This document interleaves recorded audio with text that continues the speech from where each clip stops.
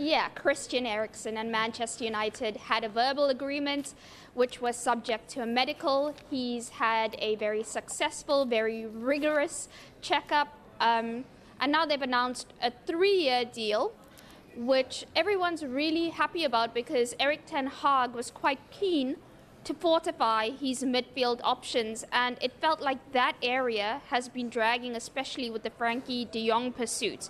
But this gets them closer to what Ten Hag wants, which is technically gifted players that can control the game with the ball. Now, to that end, everyone that's excited about having Christian Eriksen will be delighted to know that Lisandro Martinez should be following suit.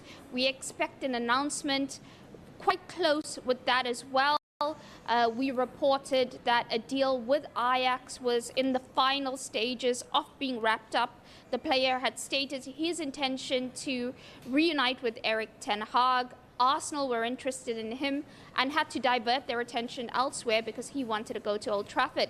So United's business picking up quite quickly. However, the pair won't fly out to Australia on pre-season tour. Initially, that was the thought that perhaps they could come and link up with their teammates, but there's such a short spell left here in Australia. And when you consider how long the flight is, adjusting to the jet lag, it felt it wasn't really beneficial. They can stay back and deal with whatever admin they need to take care of, you know, moving homes, stuff like that, get acquainted with Carrington, and be ready to hit the ground running when they can link up with their teammates. The players are obviously quite well adjusted to Ten Hag's demands anyway. Eriksen comes from the Ajax school, as does Martinez, who work quite closely with Ten Hag. So there's no real pressure to get them in and get them firing immediately because they already know what the manager expects. Yeah, that makes sense. Look, you also watched them today, didn't you? Looking very strong yet again, obviously after that victory over Liverpool. What did Ten Hag have to say afterwards? Well, I spoke to him about the fact that United have now played two opponents who set up quite differently. Liverpool, who like to dominate the ball, dominate territory, will hurt you in counter-press, but will also build up phases of play.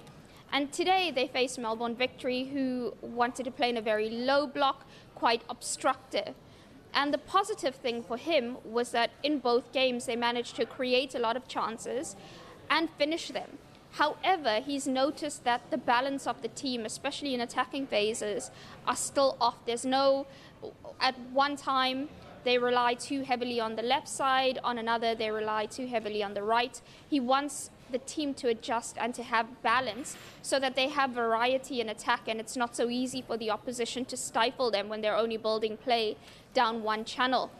Again, he noted a lot of positives, but he said there is more to come, and naturally the more time he spends with players on the training pitches, the more games they have to carry that into match scenarios, they will improve.